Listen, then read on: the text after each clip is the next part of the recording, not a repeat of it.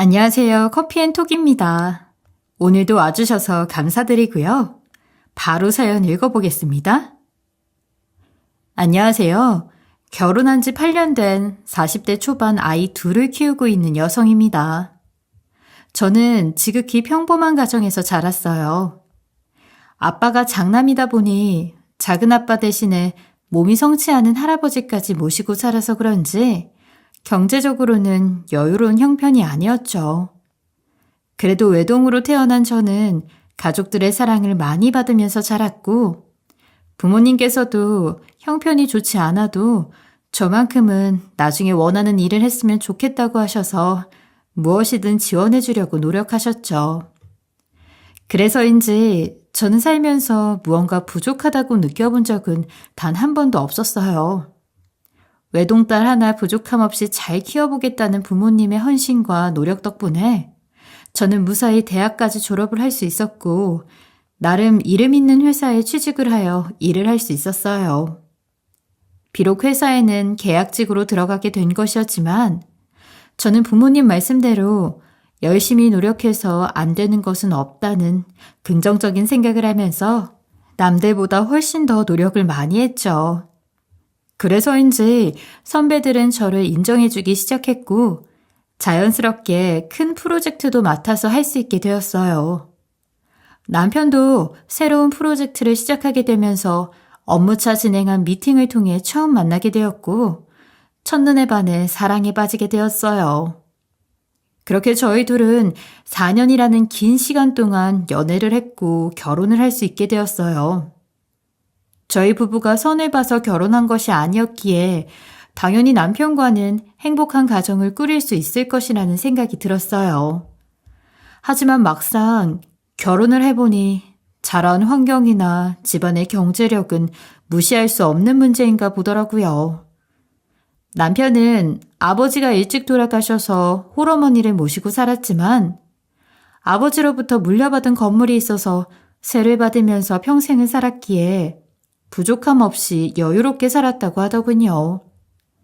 넉넉한 집안에서 살아서인지 평소에 경제관념이 없어 돈을 무르르듯이 사용하는 경향이 있었고 홀로 애지중지 본인을 키워주신 시어머니를 끔찍하게 생각했어요. 연애할 때는 이런 문제를 가지고 있다는 것을 전혀 모르고 있었는데 결혼을 해서 같이 살아보니 남편은 말끝마다 우리 엄마라는 단어를 달고 살더라고요. 예를 들어 밥을 먹다가 본인 입맛에 맞지 않은 음식들이 있으면 우리 엄마는 매운 음식을 먹지 못하는 본인을 위해서 평소에 음식을 달달하게 해준다면서 저는 왜 이렇게 남편 입맛을 신경 쓰지 않냐는 식으로 툴툴대는 일이 많았죠. 한 번은 저희 부부가 둘째 아이를 가지게 된 후 집을 넓혀 이사를 가서 집들이 겸 시어머니를 집에 초대했던 적이 있었어요. 당시 아이가 뱃속에 있었고 출산할 때가 가까워져 몸이 굉장히 무거웠던 상황이라 남편에게 시어머니를 초대하더라도 아이를 낳고 몸조리가 끝난 이후에 하자고 했었죠. 그러나 어머니를 끔찍하게 생각하는 효자 남편은 이사를 했으니 우리 엄마가 며느리 음식을 얻어 먹어야 한다고 하셨다면서 아이 낳고 하자는 와이프의 말은 무시하고 기어코 시어머니를 집에 초대하더라고요. 결국 저는 시어머니를 위해 요청하시는 대로 무거운 몸을 이끌고 시장까지 가서 고기와 해산물을 잔뜩 사와 저녁 밥상을 차려드릴 수밖에 없었죠. 원래 임신을 하게 되면 더위와 추위를 심하게 탄다고 하잖아요. 저는 2시간 동안 불 앞에 서서 땀을 뻘뻘 흘리며 음식을 차렸는데 남편이라는 놈은 저에게 한번 먹어보라는 말도 없이 시어머니 옆에 앉아 신나게 밥을 먹더라고요. 시어머니도 며느리가 무거운 몸을 하고 힘들게 음식을 차려냈는데 고생했다는 말 한마디 없이 아들 물이나 챙겨주고 생선 살이나 발라주라고 하더군요. 그런데 이게 끝이 아니었어요. 애초에 고맙다는 말은 바라지도 않았고 당연히 두 모자가 저에게 빈말으로도 그런 말을 꺼낼 것이라고 생각을 하지도 않았지만 최소한 힘들게 음식 차려낸 사람 앞에서 음식 평가는 하지 말아야 하는 것 아닌가요? 제가 요리대회에 참여한 것도 아닌데 남편과 시어머니는 맛있게 먹으면서도 차린 음식들을 하나하나 평가하시더라고요. 예, 제육볶음은 고춧가루를 너무 많이 넣은 거 아니냐? 맵고 텁텁해서 도저히 못 먹겠다. 너 지금까지 우리 아들 입에 이런 음식 들어가게 했냐? 내가 지금까지 지훈이를 어떻게 키웠는데 이런 걸 먹이니? 에휴, 가난한 집에서는 온통 맵고 짠 음식들만 들어간다더니 너도 그런 집에서 자라니 별 수 없나 보네. 네? 제육볶음에 고춧가루 많이 안 넣었는데 입맛에 많이 안 맞으세요? 당신이 그럼 그렇지. 내가 우리 엄마 레시피 받아서 공부 좀 하라고 했잖아. 요리를 못하면 엄마한테 물어보기나 하던가. 생선조림은 간장을 너무 많이 넣었는지 소금물이라 입에 도저히 안 들어가네. 이걸 누가 먹으라고 하는 거야? 그러게 얘. 너 그렇게 요리 실력이 안 늘어서 어쩌니? 안 그래도 우리 아들 빼빼 말라서 보기에 안쓰러워 죽겠는데. 도저히 안 되겠다. 너 앞으로 매주 집에 와서 살림 좀 배워가라. 내가 직접 가르쳐야지 안 되겠어. 네? 살림을요? 그래. 내가 예전부터 계속 한마디 하고 싶었는데 너 상처받을까봐 꾹 참았다. 그런데 오늘 보니 도저히 안 되겠어. 너는 결혼한 지 몇 년이 지났는데 요리 하나를 제대로 못하니. 이 정도면 진짜 심각한 거다. 애들까지 굶기고 싶지 않으면 잔말 말고 매주 와서 요리 배우고 청소하는 법 배워가라. 두 모자는 결혼한 지 얼마 안 되었을 때 제가 똑부러져서 요리부터 살림까지 뭐 하나 빼놓지 않고 잘한다며 집이 떠나가라 칭찬을 그렇게 했었어요. 그런데 이제 와서 쿵짝을 맞춰 하나부터 10까지 트집을 잡고 평가하는 모습이 어이가 없더라고요. 원래 성격대로라며 화가 나서 입맛에 맞지 않으면 먹지 말라고 난리를 쳤을 테지만 그래도 어른 앞인데 괜히 미운털 박히는 짓은 하면 안 될 것 같더군요. 아무래도 시어머니와 남편이 사람 자존심을 잘 긁는 편이라 결혼 초반에는 이런 사소한 문제들로 두 모자와 크게 다툰 적이 많았어요. 하지만 저도 나이를 먹게 되고 시간이 지나면서 아이를 낳아 키우며 신경 쓸 것도 많으니 어차피 사람은 쉽게 안 바뀐다는 것을 아니까 그냥 포기하고 그러려니 하면서 지나가게 되더라고요. 그래서 시어머니를 초대했을 때도 시댁과 거리가 있는데 매주 방문하는 것은 힘드니까 한 달에 한 번씩은 꼭 가서 어머니께 하나하나 배워오겠다고 하면서 유연하게 대처를 했었죠. 그래서인지 한동안은 이 문제로 인해 다툼이나 문제가 생기지 않고 무사히 넘어갈 수 있었어요. 그러나 조용한 일상은 오래 못 가더라고요. 시어머니를 초대한 후 며칠이 지났을 때 갑자기 친정엄마에게 연락이 오더니 아빠가 편찮으셔서 입원을 해야 한다는 이야기를 하셨어요. 저는 놀란 마음에 택시를 타고 급하게 병원으로 달려갔죠. 병원으로 이동하는 내내 걱정을 많이 했었는데 도착해서 의사 선생님 말씀을 들어보니 다행히 일주일 정도 입원 치료를 하면 괜찮을 거라고 하시더라고요. 눈으로 보기에도 아빠가 심각하게 편찮으실 것은 아닌 것 같아 저는 한시름 놓을 수 있었어요. 그렇게 오랜만에 부모님과 이런저런 이야기를 나누고 있었는데 정신을 차리고 주변을 살펴보니 할아버지가 안 보이시더라고요. 알츠하이머 치매를 앓고 계셔서 혼자 집에 계실 수가 없다 보니 항상 부모님이 옆에 딱 붙어 계셨거든요. 그래서 부모님께 할아버지는 어디 계시냐고 여쭤봤는데 잠시 정신이 돌아오셨을 때 치매 증상이 악화가 되는 게 걱정이 되신다면서 요양원에 보내달라고 부탁을 하셨다고 하더라고요. 처음에 아빠는 장남인 본인이 끝까지 할아버지를 모시는 게 맞다면서 그냥 집에 계셔도 괜찮다며 말씀을 드렸다고 했어요. 하지만 할아버지는 자식에게 짐이 되는 게 싫으셨는지 할머니와의 추억이 남아있다며 끝까지 손에 쥐고 계셨던 집을 팔아서라도 요양원에 들어가겠다면서 고집을 부리셨다고 하더라고요. 그래서 결국 아빠는 할아버지의 뜻대로 요양원에 모시게 되었다고 해요. 할아버지께서는 요양원 비용이 부담될 테니 가지고 계시던 집을 팔자며 말씀하셨다고 하더군요. 하지만 아빠는 할아버지가 가지고 계시는 집은 전혀 손에 대지 않았고 마지막까지 모시기로 마음 먹었으니 직접 모든 부분을 부담하기로 했다더군요. 엄마도 할머니가 세상을 떠나신 후에 오랫동안 할아버지를 모셔왔는데 돈 때문에 집까지 팔아넘기는 것은 아니라고 생각해서 부담은 되었지만 아빠 뜻에 따르기로 했다고 해요.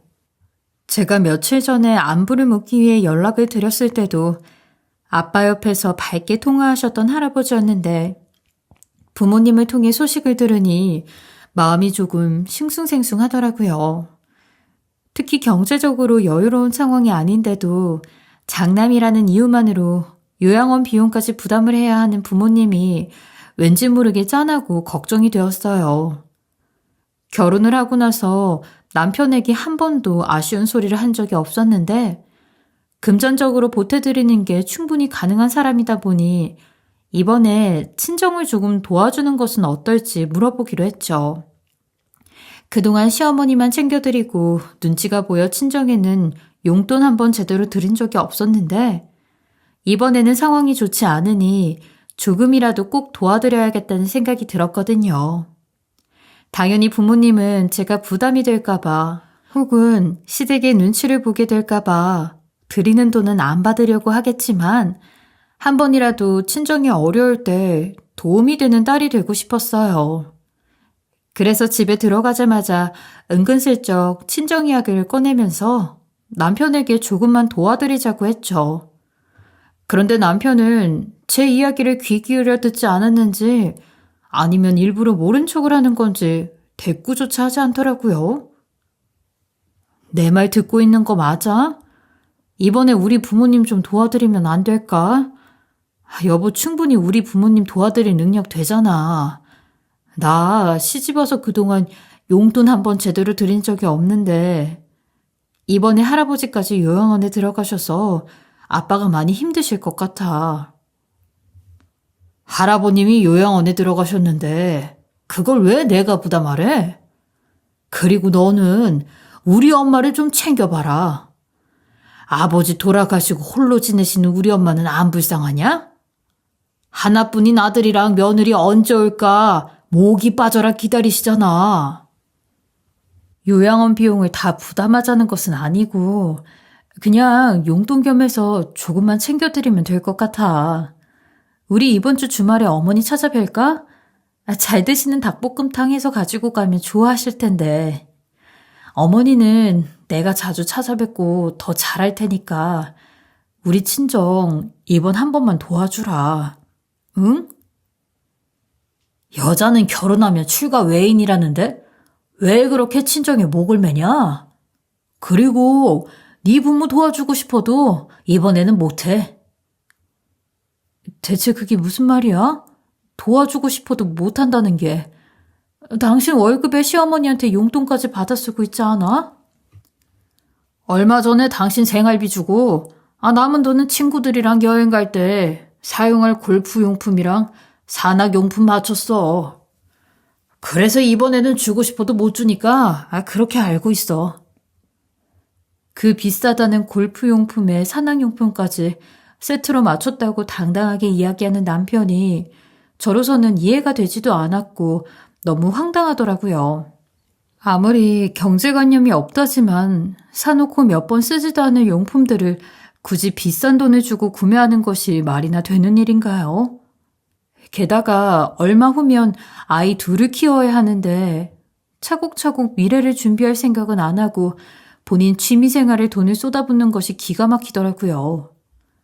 당연히 워낙 여유로운 가정에서 시어머니가 원하는 것은 뭐든지 해주며 키워서 그런지 아무렇지 않게 돈을 사용하는 사람이라는 것은 저도 어느 정도는 알고 있었어요.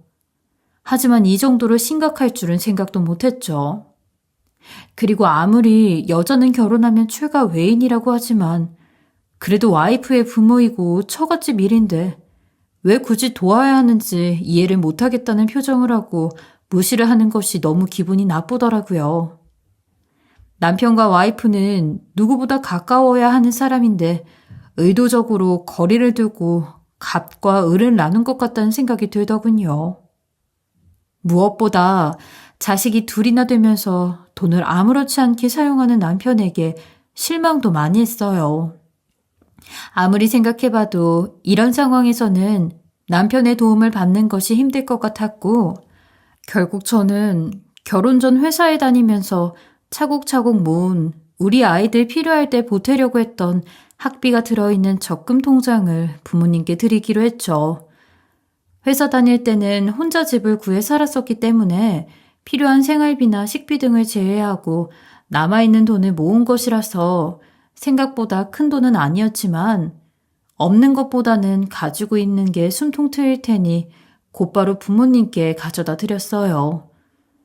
부모님께서는 제가 가져간 통장을 확인하시고는 힘들게 한 푼씩 모은 돈이라는 것을 알고 해준 것도 없으면서 어떻게 양심도 없이 받았으냐며 얼른 가지고 들어가라고 하시더라고요. 하지만 저는 자식이 멀쩡하게 살아있는데 부모님이 돈 때문에 힘들어하는 것이 싫었어요. 그래서 내 남편이 돈을 잘 벌고 있는 것을 모르냐며 이 돈 없어도 잘 먹고 잘 사니 그냥 쓰시라고 하면서 부모님 손에 통장을 쥐어드렸죠. 결국 부모님께서는 잘 놔뒀다가 정말로 필요할 때 쓰겠다면서 저의 통장을 받아주셨어요. 그렇게 저는 부모님께 가지고 있던 돈을 드리고 뿌듯한 마음으로 병원을 나와 집으로 돌아가게 되었죠. 그런데 남편이 제가 들어오자마자 소파에 있던 쿠션을 던지면서 노발대발 난리가 난 거예요. 저는 남편이 화가 난 이유를 몰라서 황당하기도 하고 이게 대체 무슨 일인가 싶더라고요. 아니, 당신 회사에서 무슨 일 있었어? 뭐 때문에 쿠션을 던질 정도로 이렇게 화가 난 거야?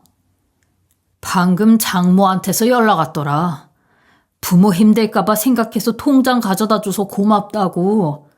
너한테 연락을 했는데 휴대폰이 꺼져 있어서 나한테 전화했다고? 들어오면 연락 좀 달라네. 오는 길에 배터리가 없어서 휴대폰 방전됐는데 그래서 엄마가 당신한테 대신 전화했나 보네. 그런데 내가 친정부모님한테 용돈 좀 드린 게 그렇게 화를 낼 만한 일이야? 당연한 거 아니야? 대체 네가 돈이 어디 있어서 처가에 돈을 가져다 줘? 너 내가 준 생활비에서 뺏어 준 거지? 너 그동안 처가에 얼마나 빼돌렸어? 혹시 시장 본 것도 가져다 나르는 거 아니야? 당신이 생활비를 뭐 얼마나 준다고 거기서 돈을 뺏어 줘. 엄마한테 드린 돈은 결혼 전에 내가 비상금으로 따로 모아둔 거야. 그리고 지금처럼 급한 일 있을 때는 우리 부모님도 조금은 도와드릴 수 있는 거 아니야? 진짜 너무하네. 어찌되었건 당신 돈 드리는 거 아니니까 걱정하지 마. 저희 엄마 전화를 받고 나서 제대로 이야기도 안 들어보고 본인 돈을 처가로 빼돌렸다고 단정지어 이야기하는 남편이 너무하다 싶었어요. 그리고 결혼 후 가정을 위해서 많은 노력을 했는데 내가 왜 이런 취급을 받아야 하는 건지 저로서는 너무 서럽더라고요. 하지만 첫째 아이가 집에 있었기에 큰 소리가 나면 안 될 것 같아 일단 참을 수밖에 없었죠. 그렇게 다음 날이 찾아왔고 여느 때와 같이 저는 남편을 출근시키고 나서 첫째 아이를 유치원에 데려다주는 전쟁통 같은 아침을 맞이한 후 겨우 한숨을 돌리고 있었어요. 그런데 소파에 앉아 쉰 지 5분도 되지 않아 시어머니에게서 오는 전화가 울리더라고요. 저는 안부를 묻기 위해 연락을 했을 것이라는 생각에 별 생각 없이 전화를 받았죠. 그런데 전화 연결이 되자마자 시어머니는 화가 잔뜩 나서 소리부터 지르시더군요. 야, 너는 대체 어떻게 생겨먹었길래 양심도 없이 살아. 어디서 못된 짓을 배워가지고는 내가 진짜 어이가 없어서. 네? 아유, 어머니, 그게 무슨 말씀이세요?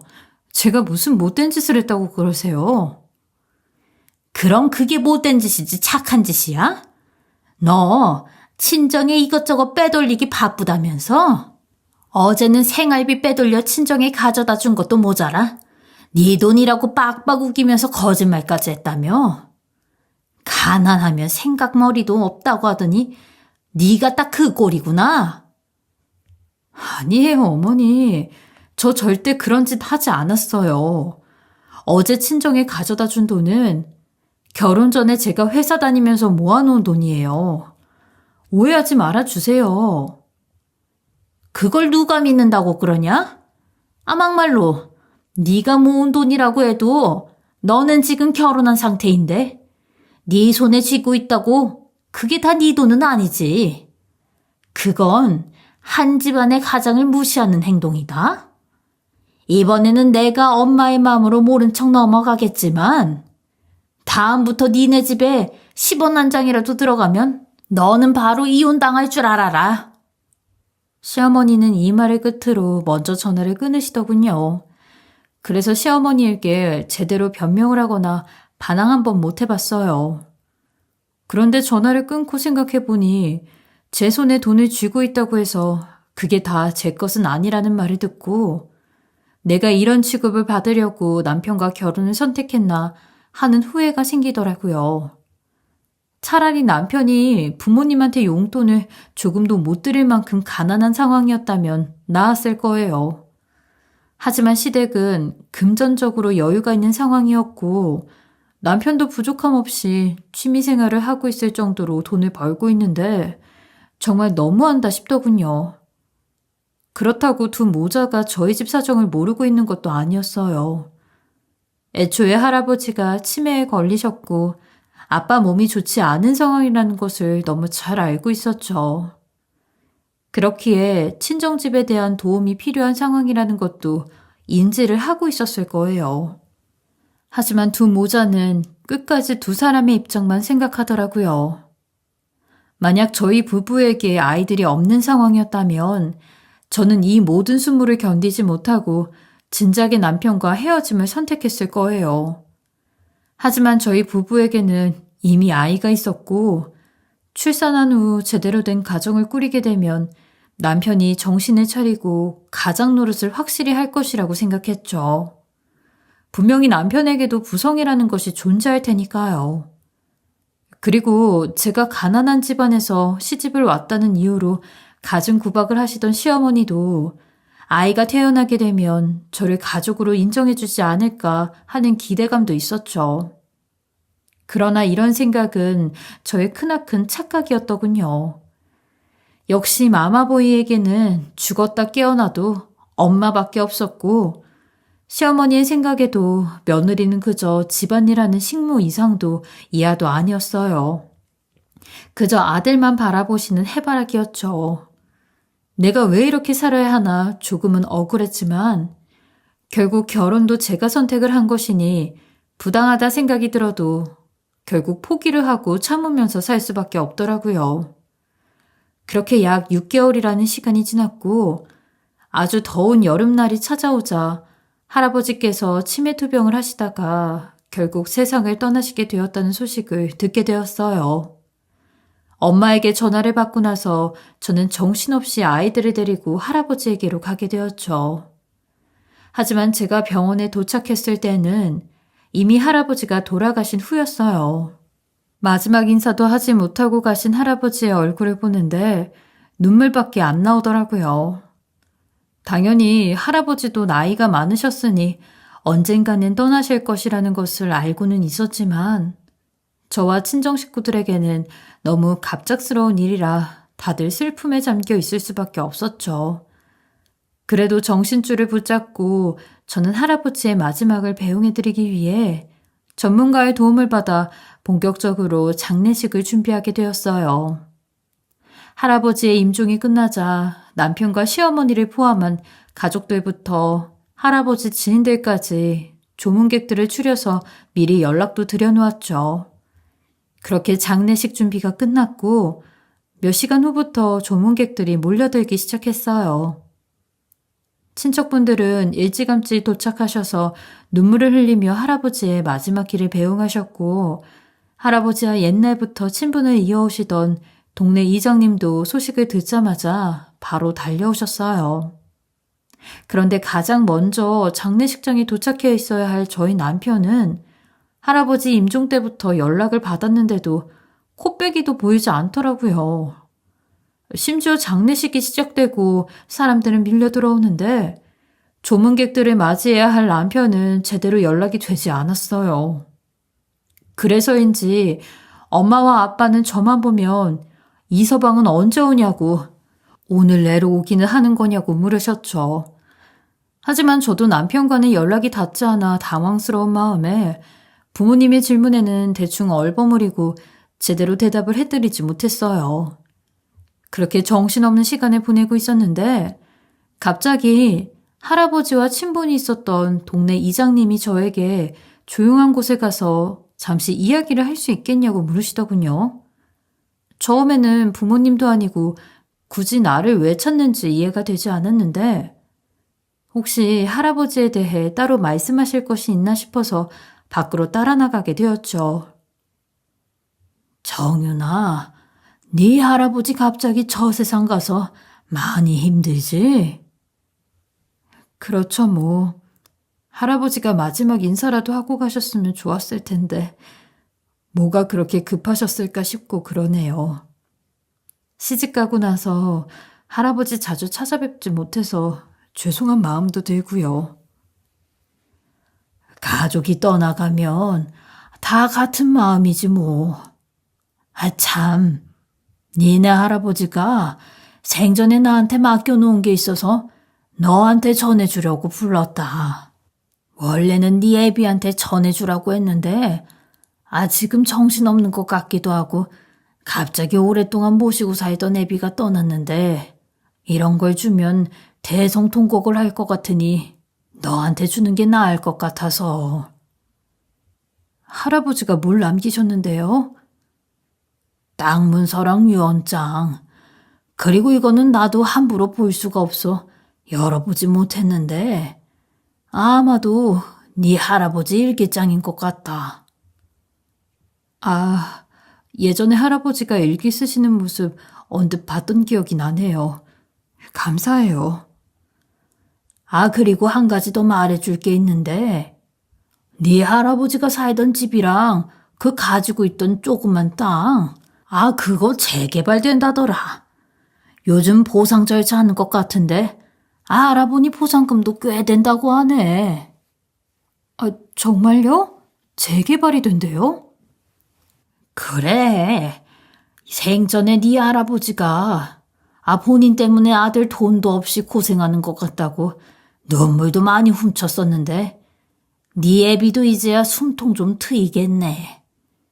할아버지가 시골에 할머니랑 살 때 사람들이 매년 농사 망하는 땅 왜 고집 부리며 사들이냐고 해도 한 푼씩 모아 늘리더니 이제야 아들 통에 빛을 보는 것 같다. 금싸라기여서 아주 부러워 죽겠네. 동네 친구 이장님은 할아버지께서 남겨주신 서류뭉치와 일기장을 넘겨주시고는 내일 또 오시겠다면서 집으로 돌아가셨어요. 그제야 저는 할아버지가 남겨주셨다는 서류들을 하나씩 열어보기 시작했죠. 동네 이장님이 말씀하신 대로 할아버지 집과 땅이 정말로 재개발되기는 하는 것 같더라고요. 보상 절차 등이 작성되어 있는 서류부터 땅 문서까지 함께 들어있었죠. 그리고 치매 전에 유언장을 살펴보니 본인이 떠나게 되면 집과 땅은 모두 장남인 저희 아빠에게 넘긴다고 내용이 작성되어 있었어요.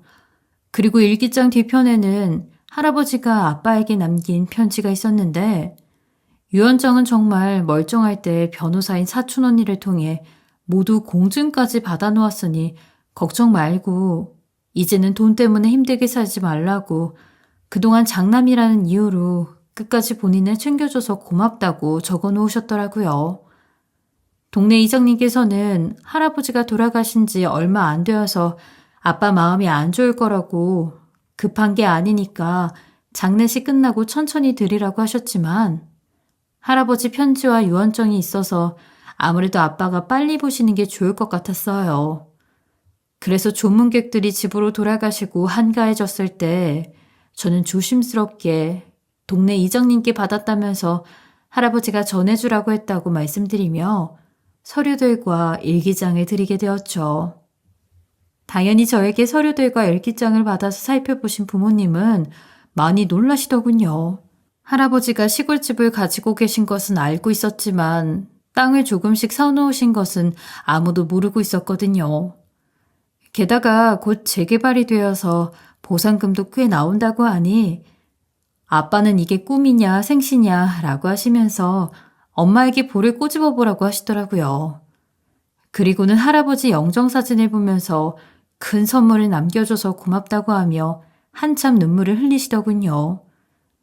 시간이 지나고 아빠가 진정이 되었을 즈음 부모님과 늦은 저녁을 먹고 있는데 엄마가 약간 화가 난 듯한 표정을 하고 시어머니는 그렇다 쳐도 네 남편은 뭐 하는 사람이길래 할아버지가 돌아가셨다는데 장례식에 오지를 않냐고 말씀을 하셨어요.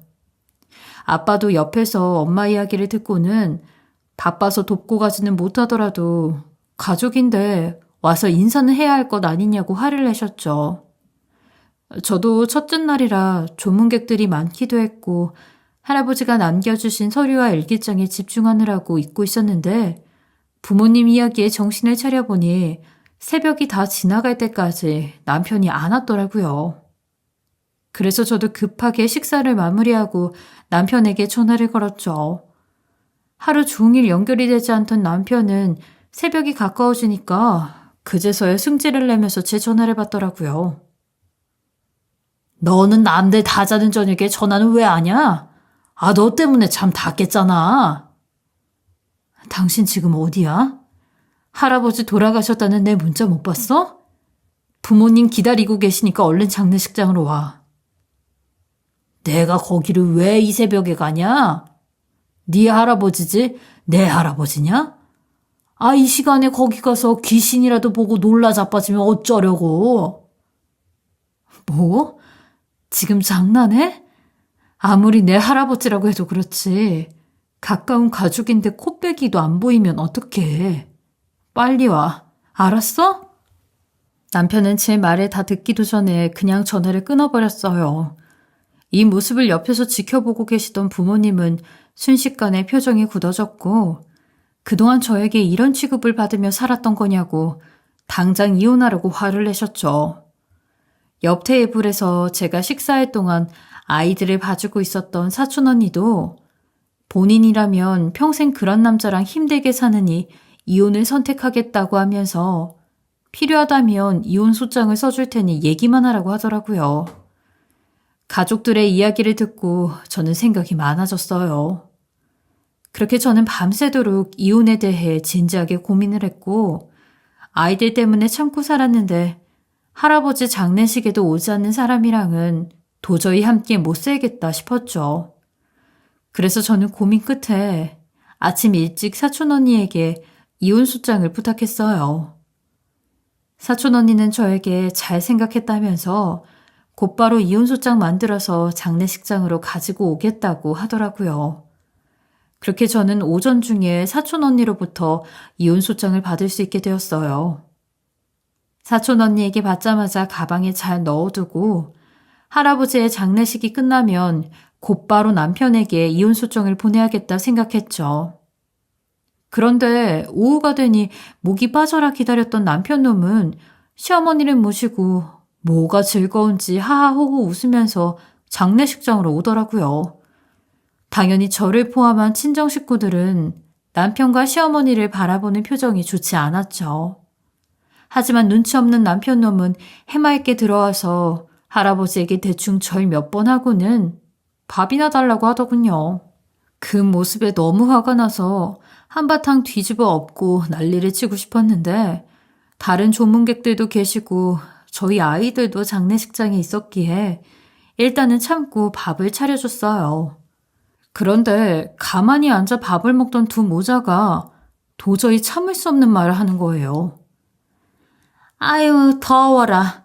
아들, 나는 여기 안 온다니까 왜 굳이 데리고 와서 힘들게 해? 아, 막말로 쟤네 집 사람 죽었지? 우리 집 사람 죽은 것도 아닌데. 그래도 예의상 한 번은 와야 나중에 할 말이 있어. 나도 원래는 안 오려고 했는데 엄마 며느리 어젯밤에 왜 안 오냐고 전화를 해서 난리치더라. 아니, 이 집 할아버지가 죽었는데 너랑 무슨 상관이라고 밤에 연락을 해? 에휴, 이해할 수가 없네. 안 그래도 짜증나 죽겠는데. 아, 여기는 왜 이렇게 더워? 가난한 집에서 장례식을 하면 에어컨도 제대로 안 틀어주나 봐? 그리고 네 장모는 이 더운 날 꽉 막힌 곳에서 덥지도 않다니? 선풍기 바람 하나도 없이 계속 음식 들고 뛰어다니던데. 조문객 이용해서 돈 좀 벌어들이려면 그 정도는 뛰어다니는 게 당연한 거 아니야? 막말로 가난한 집 장모에게는 선풍기도 아깝지. 아, 그런데도 가끔씩 처갓집 가보면 장모는 아낄 생각 안 하고 맨날 덥다고 선풍기 틀고 에어컨 틀고 앉아있더라. 노인네가 참을성이 쥐똥만큼도 없어요. 그래? 가난하면 좀 아껴야 하는 건데. 아, 근데 올해는 엄청 덥다. 요즘 기분도 안 좋고 날씨가 더워서 어디 여행 좀 다녀오려고 했는데 우리 아들 덕분에 괌 여행 가겠네. 내일 바로 출발하면 되는 거 맞지? 응, 맞아요.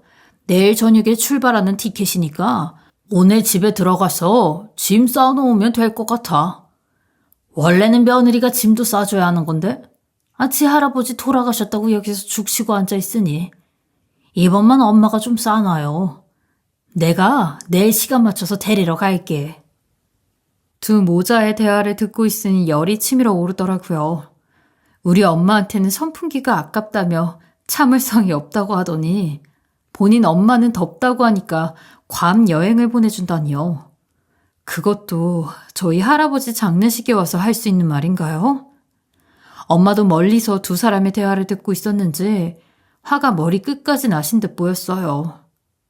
저도 이 일은 도저히 참을 수가 없어서 한 소리 하려고 발걸음을 뗐는데 엄마가 갑자기 제 가방을 찾더니 할아버지가 주신 땅 문서와 이혼 소장을 들고 두 모자에게 돌진을 하는 거예요. 그러더니 두 모자가 식사하고 있는 테이블에 쾅 하고 서류를 내려놓았죠. 뭐? 우리 집이 가난해서 장례식에 에어컨도 못 틀어? 나한테는 선풍기가 아깝고 참을성이 쥐똥만큼도 없다. 자네 그거 장모한테 한 말인가? 장모님 그게 아니라. 사돈이 뭔데 지금 우리 귀한 아들한테 이러십니까? 그동안 하나뿐인 사위를 어떻게 대하셨어요? 사위는 100년 손님이라던데 가난한 집은 뭐가 달라도 다르다더니 조문객으로 온 사람들한테 예의도 밥 말아먹었네. 가난한 집? 최소한 우리는 가난하게 살았어도 때와 장소에 따라 예의는 지키고 살았어. 그리고 조문객? 사위가 조문객인가? 원래는 자네가 여기서 밥을 먹고 있을 게 아니라 저 안에 들어가서 오시는 조문객을 맞이해야 할 텐데. 아니, 우리 아들이 왜 저기서 사람들을 맞이해요? 그리고 어차피 돈 없는 집이라 조문객들도 얼마 없을 텐데. 사돈, 자꾸 가난한 집이라고 하는데 이제 우리 집도 돈 있을 만큼 있는데 어쩌죠? 돌아가신 아버님이 가지고 계셨던 집이랑 땅이 이번에 재개발이 된다네요. 게다가 그 모든 걸 우리 정윤이 아빠한테 유산으로 남겨주셨고요. 뭐라고요? 그 보상이 나오면 얼마나 나온다고 콧대가 이리 높아지신 건지 모르겠는데 아무리 그래도 우리 애 아빠가 남겨준 유산만큼이나 나오기는 하겠어요. 어머님, 어쩌죠? 저희 할아버지가 남겨주신 집과 땅의 크기가 꽤 커서요. 시아버님이 남겨주신 건물값의 2배인데 저 그동안 가난한 집 딸이라고 어머님이랑 남편이 갑질해도 우리 애들 때문에 참고 또 참았어요. 그런데 이제 도저히 못 참겠네요. 당신, 내가 마침 사촌 언니 통해서 이혼소장 받아놓았는데 우리 그냥 더러운 꼴 보지 말고 이혼하자. 시어머니랑 남편은 그제서야 상황 파악이 된 듯 이혼은 무슨 이혼이냐고 농담으로도 그런 소리 하는 거 아니라고 하는 겁니다. 하지만 저는 이미 이혼하기로 마음을 먹었고 부모님도 남편에게 크게 실망을 하셔서 받아주시지는 않았죠. 결국 남편과 시어머니는 다른 친척들에게 끌려 장례식장을 나가야 했어요. 그러나 두 모자는 이혼만큼은 절대 안 된다면서 할아버지 장례식이 끝나고 친정집으로 가게 되었을 때 직접 찾아와 살려달라면서 빌고 또 빌더라고요. 처음에는 그냥 이혼하면 될 텐데 왜 이렇게까지 하나 싶었죠. 근데 알고 보니 2년 전에 시어머니가 일찌감치 남편에게 건물을 넘겨주었다고 하더라고요. 그런데 남편 놈이 건물을 받은 지 얼마 안 되어서 친구의 보증을 서주었고 그로 인해 일이 잘못되어 문제를 해결할 생각으로 받은 건물을 담보로 대출까지 끌어다 썼다고 하더군요. 하지만 약속된 기일 안에 대출금을 갚지 못했고 원금을 갚으라는 이야기를 듣게 되었다고 해요. 하지만 이 문제를 시어머니에게 들키면 안 될 것 같아서 괌 여행을 일단 보내드린 후 그 사이에 다른 방법을 찾아보려고 했는데 재개발 문제를 듣고는 시어머니가 저를 설득해야 한다면서 여행을 거부했다고 하더라고요. 결국 남편은 시어머니에게 이 문제를 털어놓았고 한바탕 난리가 났던 거죠. 그러면서 두 사람은 저에게 재개발 보상금만 있으면 이 문제를 해결하고도 남는다고 살려달라고 싹싹 빌면서 도와달라고 했어요. 하지만 저는 두 모자를 도울 생각이 전혀 없었고 알아서 잘 해결하라고 하고는 이혼은 그대로 진행을 하게 되었죠. 결국 저희 부부는 이혼이 확정되었고 지금 아이들은 제가 친정부모님과 함께 잘 키우고 있어요. 나중에 두 모자가 어떻게 되었는지 궁금해서 따로 알아보니 결국 은행에 돈을 갚을 수가 없어 유산으로 받은 건물을 내놓아야 했고 저와 상황이 180도 뒤바뀌어 힘들게 살고 있다고 하더라고요. 이혼 일을 겪으면서 사람 위에 사람 없고 사람 밑에 사람 없다는 말이 떠오르더군요. 남편과 시어머니가 그동안 저를 가난한 집 자식이 아니라 똑같은 인간으로 따뜻하게 잘 대해주었다면 최소한 이혼까지 진행되는 일은 없었을 텐데 하는 생각이 드네요. 지금쯤 두 사람은 지난날을 뼈저리게 후회하며 살고 있겠죠. 저의 긴 글 들어주셔서 감사합니다. 지금까지 커피앤톡이었습니다. 오늘도 끝까지 함께 해주셔서 감사하고요. 저는 다음 영상으로 또 찾아뵙겠습니다.